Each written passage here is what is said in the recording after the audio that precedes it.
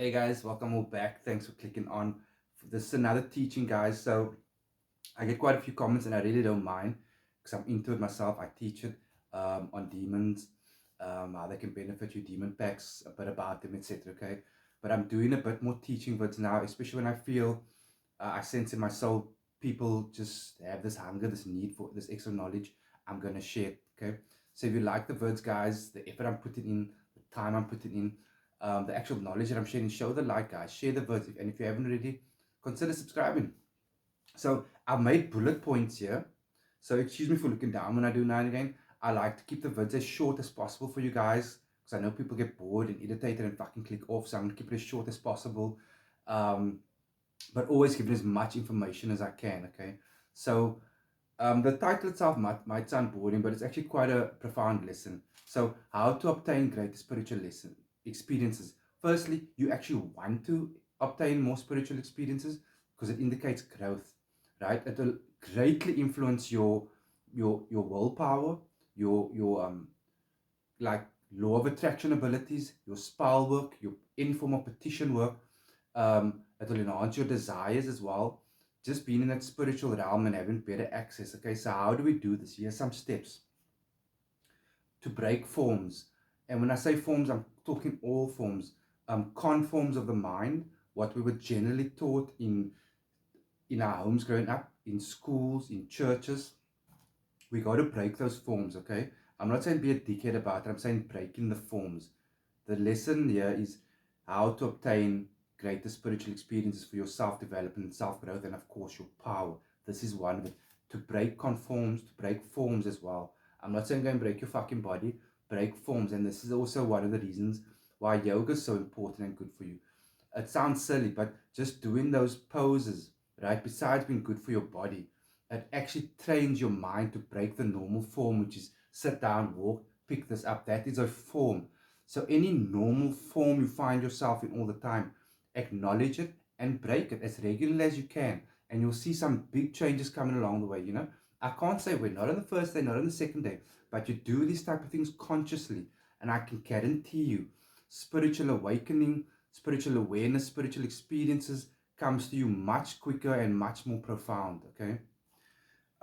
Before I carry on with this, guys, again, I am predominantly a spellcaster. I offer consultations, chaos magic course, invocation tarot readings. If you find yourself in need of any of these services, guys, I hope you feel comfortable with me by now. I hope you feel I know what I'm talking about. Give me a shout and I will definitely help you out. Okay, so continuing on breaking limitations, right?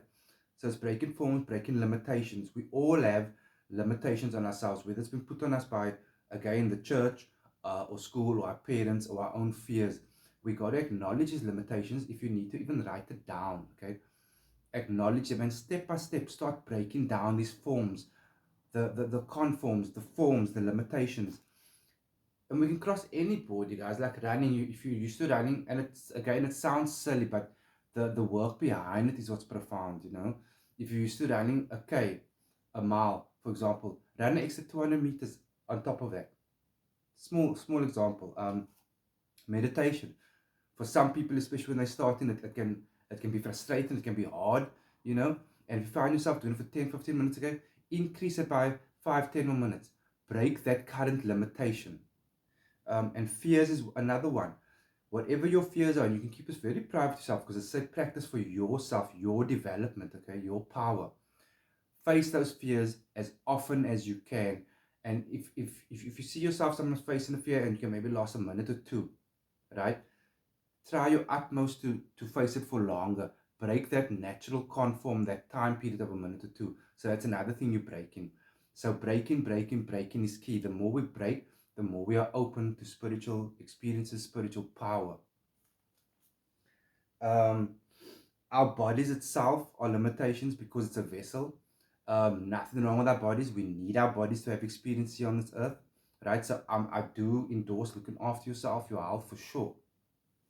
But from a spiritual sense, what I'm saying is because it's a flesh casing, it has a boundary which limits your spiritual experience and your spiritual travel as such.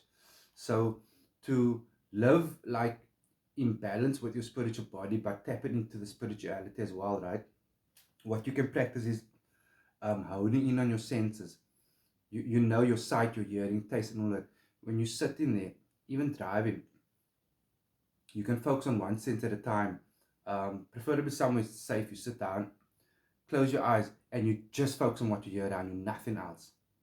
And you do the same with taste. And you can even ask a friend, put a couple of stuff out there, close your eyes and literally start hearing what's around you. That's automatic, but then start to block it off and ask them to even put the food in your mouth. Just that you don't have to touch anything. So that you just focus on taste and you just focus on sight. If you're at the farthest, you focus on the furthest tree, you can see the smallest leaf, you can see the smallest insect, you can see. You just focus on the sight. But do these things consciously. By doing so, you are shutting off the other senses. And that's another wonderful practice. Again, it sounds silly, but if you can control your senses in such a manner, you will see massive improvements in your life, your law of attraction ability, your spell work. Okay, I guarantee you that. Very good.